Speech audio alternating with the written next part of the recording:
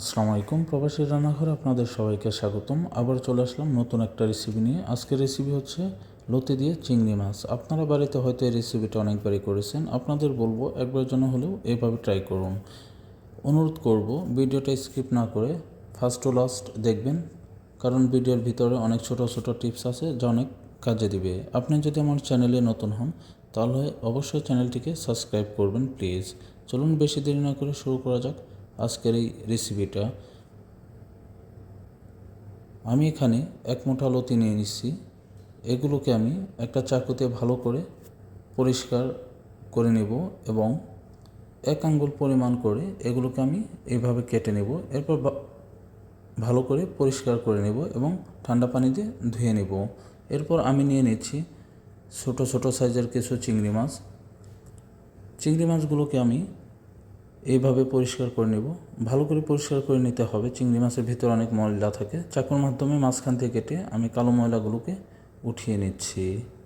দেখতেই পাচ্ছেন এটা পরিষ্কার করা খুবই সহজ। এরপর আমি কিছু পানি নিয়ে নিছি এবং হাফ চা চামচ লবণ দিয়ে দিলাম, হলুদের গুঁড়া এবং লেবুর রস দিয়ে দিছি।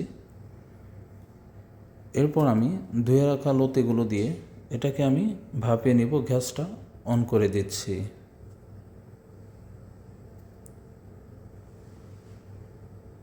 গ্যাসের ভলিউমটা মিডিয়াম রেখে এটাকে আমি ভাপিয়ে নিব।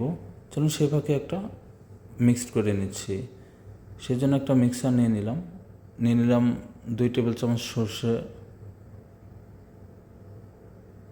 এবং 1 টেবিল চামচ জিরা, নিয়ে নিচ্ছি গোটা চারেক রসুনের কোয়া এবং পরিমাণ মতন আদা। অল্প পানি দিয়ে আমি ব্লেন্ডারে এগুলোকে মিক্সড করে একটা পেস্ট করে নেব। দেখতেই পাচ্ছেন এটা কতটা মিহি হয়েছে, আপনারা শিলেও এটা করে নিতে পারবেন।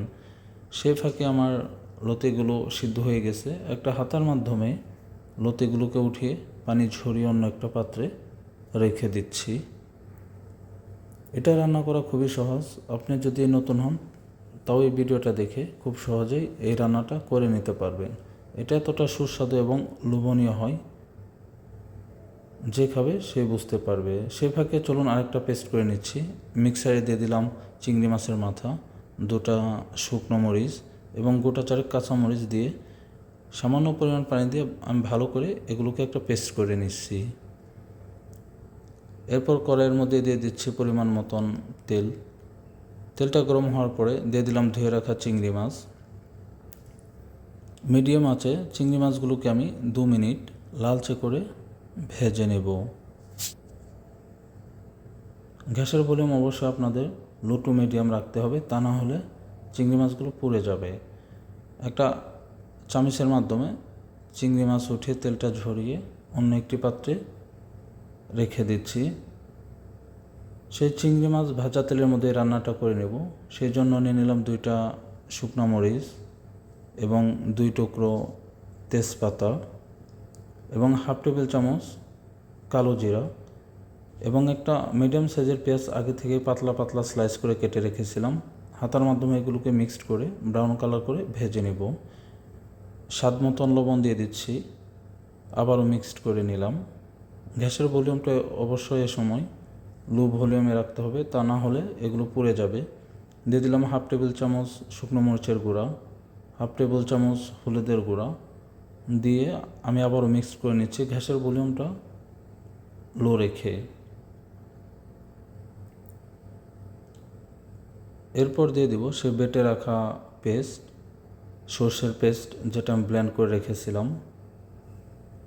এরপর দিয়ে দিচ্ছি আমি সেই চিংড়ি মাছের মাথার পেস্ট।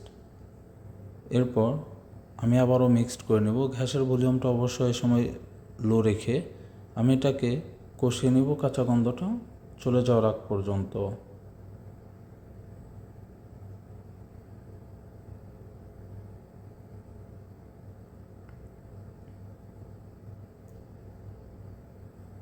আপনাদের বলবো চ্যানেলটিকে অবশ্যই সাবস্ক্রাইব করবেন। এরপর দিয়ে দিলাম ভেজে রাখা চিংড়ি মাছ,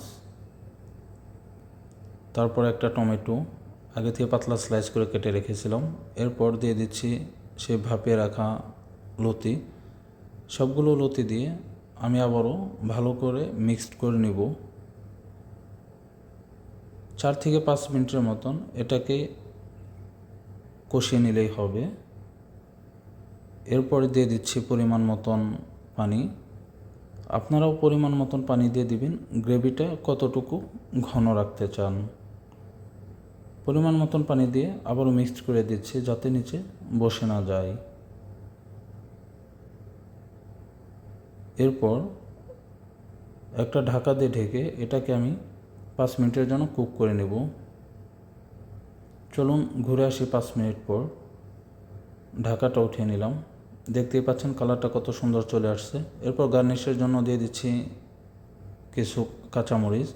আবারও ঢাকা দিয়ে ঢেকে গ্যাসটা অফ করে 5 মিনিটের জন্য রেস্টে রেখে দেব। চলে আসলাম 5 মিনিট পর, ঢাকাটা উঠে নিলাম। কালারটা দেখে আপনাদের বোঝার বাকি নেই এটা কতটা সুস্বাদু এবং কতটা লোভনীয় হয়েছে। অবশ্যই চ্যানেলটিকে সাবস্ক্রাইব করবেন। ভালো থাকবেন, সুস্থ থাকবেন। আবার দেখা হবে নতুন কোনো ভিডিও নিয়ে।